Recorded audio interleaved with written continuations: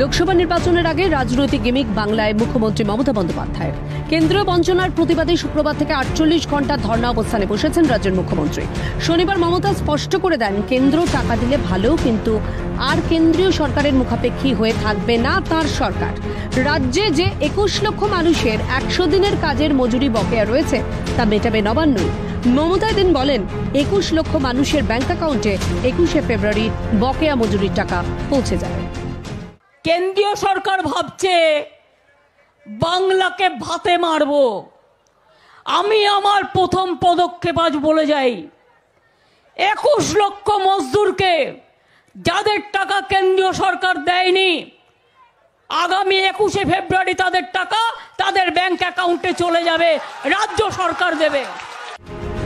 এর আগে বহুবার কেন্দ্রীয় বঞ্চনার বিরুদ্ধে সরব হতে দেখা গিয়েছে মমতা বন্দ্যোপাধ্যায়কে।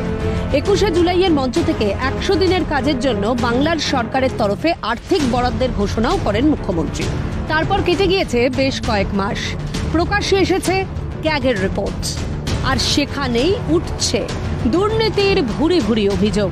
এই আবহেই মুখ্যমন্ত্রীর আর্থিক অনুদান ঘোষণায় রাজনৈতিক অভিসন্ধি দেখছে রাজনৈতিক মহল। এর আগে একাধিকবার কেন্দ্রীয় প্রকল্পের টাকা অন্য খাতে খরচ করার অভিযোগ তুলেছে বিরোধীরা। বিরোধী দলনেতার তথ্য দিয়ে মিড ডে মিলের টাকা অন্য খাতে ব্যবহারের অভিযোগ তুলেছেন। এবার ক্যাগের রিপোর্টে এই ঘটনা কার্যত প্রকাশ্যে এসে গিয়েছে। আর প্রশ্ন উঠছে, লোকসভা নির্বাচনের কথা মাথায় রেখেই কি এই ঘোষণা মুখ্যমন্ত্রীর? কারণ হকের ডিএ চাইতে গিয়ে মুখ্যমন্ত্রীর কাছে নানা ধরনের কথা শুনতে হয়েছে এই রাজ্যের সরকারি কর্মচারীদের। মুখ্যমন্ত্রী বারংবার বলেছেন টাকা নেই, আর এখানে প্রশ্ন উঠছে, হঠাৎ করেই এত টাকা কোথায় পেলেন মুখ্যমন্ত্রী? জানিয়ে কটাক্ষ করেছেন সংগ্রামী যৌথ মঞ্চের কনভেনার ভাস্কর ঘোষ। মজার ব্যাপার হচ্ছে, শুনতে পাই যে তার কাছে নাকি টাকা নেই। কারণ কোনো সময় যে টাকার গাছ কোথা থেকে গজিয়ে যায় সেটা আমরা বিগত 1 বছর ধরে বুঝতে পারিনি। আসলে আমরা সবটাই বুঝি। এই ফান্ডগুলোকে 2016-17 অর্থবর্ষ থেকে 2020-21 অর্থবর্ষের মধ্যে এই 5 বছরে 1,06,817 কোটি টাকা দিয়েছে। যেখানে ক্যাগ রিপোর্ট করছে যে এই যে টাকা দেওয়া হয়েছে সেই টাকাটা কিন্তু গভর্নমেন্টের নিয়ন্ত্রণের বাইরে এবং এর কোনো অডিট হয় না।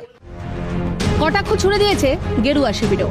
টাকা কোথা থেকে আসবে প্রশ্ন তোলেন বিজেপি রাজ্য সভাপতি। না তো, এটা কেন্দ্রীয় প্রকল্প। তো এই টাকা উনি যদি দেন, প্রথম কথা হচ্ছে এই টাকা দেওয়ার ওনার টাকা কোথা থেকে আসবে, সব থেকে বড় প্রশ্ন হচ্ছে এটা। দ্বিতীয় প্রশ্ন, এটা হচ্ছে ক্যাডারদেরকে পোষণ করার জন্য, আমার যেটা মনে হয় ক্যাডারদেরকে পোষণ করার জন্য মাননীয় মুখ্যমন্ত্রী একটা সিস্টেম বের করেছেন। ওই সবাই পাবে না, যারা ওনার পার্টির ক্যাডার তারাই টাকা পাবে অ্যাকাউন্টে। তারপরে যখন আমরা এই হিসেব টিসেব দিয়ে, ইউটিলাইজেশন সার্টিফিকেট দিয়ে কেন্দ্র সরকার যখন আবার টাকা দেবে, তারা ডবল টাকা পাবে। হ্যাঁ, এবং এটা গ্রাম উন্নয়ন মন্ত্রকের টাকা, তো সেই আলাদা বাজেট ফান্ড, সেখান থেকে অ্যালোকেশন হয়। কয়েকশো কোটি টাকা দান দিয়ে ভোট কেনার চেষ্টা, মন্তব্য রাজ্যের বিরোধী দলনেতা শুভেন্দু অধিকারী। 100 কোটি টাকা ভোটের আগে দান দিয়ে এটা ঘুষ দেওয়ার কার্যত সামিল। বাকিটা কি করছেন করতে দেন, সবাই সব দেখছে। চোর আপনি পালাতে পারবেন না, আপনি কত বড় চোর সবাই জানে। যেখানে বারংবার টাকা নেই তত্ত্ব শোনা যায় মুখ্যমন্ত্রীর গলায়, সেখানে মুখ্যমন্ত্রীর এই ঘোষণায় বিতর্ক তৈরি হয়েছে। বিতর্কের জল কোন দিকে গড়ায় আপাতত সেটাই এখন দেখার। ক্যালকাটা নিউজ।